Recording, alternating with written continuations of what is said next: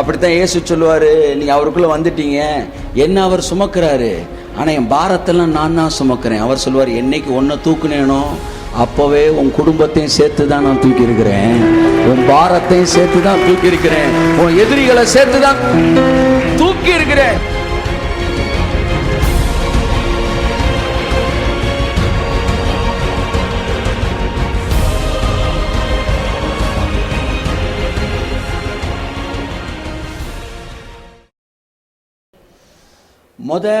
நான் சந்தோஷமா இருக்கணும். Because prayer is a pleasant experience. நம்புறீங்களா? நீங்க சந்தோஷமா இருக்கணும். எப்ப சந்தோஷமா இருக்கணும்? எப்பவுமே சந்தோஷமா இருக்கணும்.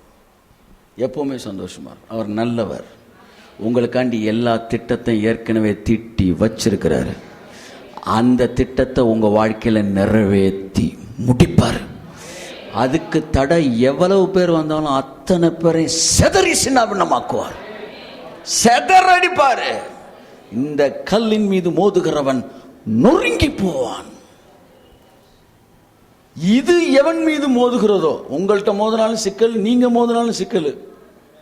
ஏன்னா இது மோதினாலும் நொறுங்குவானா, அது இதுட்டு அவன் மோதினாலும் நொறுங்கிடுவானா. அல்லேலூயா சொல்லுங்க. ஏன்னா உங்க மேல ஒரு திட்டம் வச்சிருக்கிறாரு, என் மேல ஒரு திட்டம் வச்சிருக்கிறாரு. ஒரு அம்மா, ஒரு பாட்டி விரவு கட்டையை தூக்கி நடந்து வந்துகிட்டே இருந்துச்சான். தெரியுமா அந்த கதை? எத்தனை பேர் தெரியும்?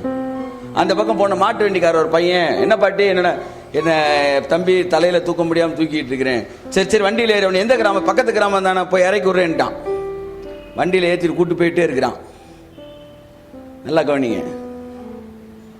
திடீர்னு திரும்பி பார்க்குறேன், அந்த பாட்டி தலையில இன்னும் விரவு கட்டையை வச்சுக்கிட்டே இருக்கு. பாட்டி, அதான் வண்டியில் ஏறிட்டில, விரவு கட்டை இறக்க வேண்டியானே. இல்லடா பேராண்டி, நீ என்ன ஏற்றிக்கிட்டதே பெரிய விஷயம், இல்லை விரவையும் ஏற்றினா ஒவ்வொரு லோடு ஆகி போயிருண்டா. ஏங்க நீ அவன் சொன்னா, நான் பாட்டி நீ ஏறும்போதே ஒன்றை மட்டும் ஏற்றல, உன் தலையில் இருக்க விரவு கட்டலோடையும் சேர்த்து தான் நான் ஏற்றினேன். அப்படித்தான் இயேசு சொல்லுவாரு, நீங்க அவருக்குள்ள வந்துட்டீங்க, என்ன அவர் சுமக்கிறாரு, ஆனா என் பாரத்தெல்லாம் நான் தான் சுமக்கிறேன். அவர் சொல்லுவார், என்னைக்கு ஒன்ன தூக்குனேனோ அப்பவே உன் குடும்பத்தையும் சேர்த்து தான் நான் தூக்கி இருக்கிறேன், உன் பாரத்தையும் சேர்த்து தான் தூக்கி இருக்கிறேன், உன் எதிரிகளை சேர்த்து தான் தூக்கி இருக்கிறேன். கையா தட்டி சிரிச்சுக்கிட்டே தான் தட்டினான். அல்லேலூயா.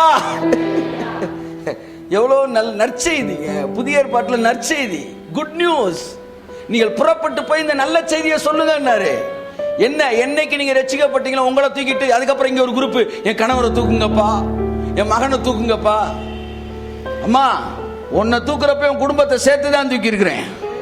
அல்லேலூயா சொல்லுங்க. என்ன சந்தோஷப்படுத்தணும்னா என் குடும்பத்தில் இருக்கிற எல்லாரையும் ரட்சிக்கணும்னு அவருக்கு தெரியாதான்னு கேட்கிறேன். தெரியுமா தெரியாதா? என்ன சந்தோஷப்படுத்தணும்னா என் அன்புக்குரிய எல்லாரையும் ஆசீர்வதிக்கணும் அவருக்கு தெரியுமா தெரியாதா? கட்டாயம் அதை செய்வார். கை தட்டுங்க அவருக்கு. அல்லேலூயா, ஹalleluya. ரிபாரா சந்துராப. He knows how to make me happy. என்ன எப்படி சந்தோஷப்படுத்த அவருக்கு தெரியுங்க.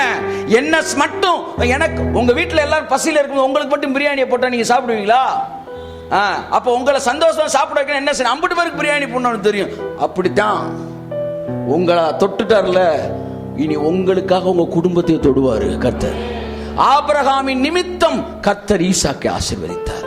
ஆபிரகாமின் நிமித்தம் கர்த்தர் சாராளை ஆசீர்வதித்தார்.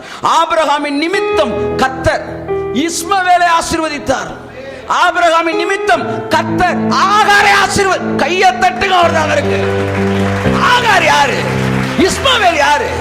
இடையில வந்த தவறான உறவுகள், ஆனாலும் இவனுக்காக அவர்களை ஆசீர்வதித்தார் தேவன்.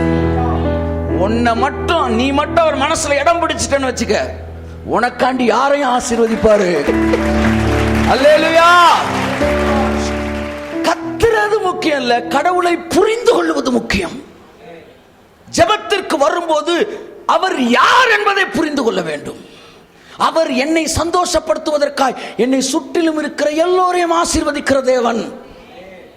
தைரியமா போங்க, உங்க பிள்ளை ஆசீர்வதிப்பாரு. அவன் நல்லவன் என்பதற்காய் அல்ல, நீங்கள் சந்தோஷப்பட வேண்டும் என்பதற்காக அதை அவர் செய்வார். அது தீர்க்க தரிசனம். அல்லேலூயா. உங்க கணவர் அவர் ரட்சிப்பார். அவர் நல்லவர் என்பதற்காய் அல்ல, உங்களை சந்தோஷப்படுத்த வேண்டும் என்பதற்காய். கர்த்தராகிய இயேசு கிறிஸ்துவை விசுவாசி, அப்பொழுது நீயும் உன் வீட்டாரும் ரட்சிக்கப்படுவீர்கள்.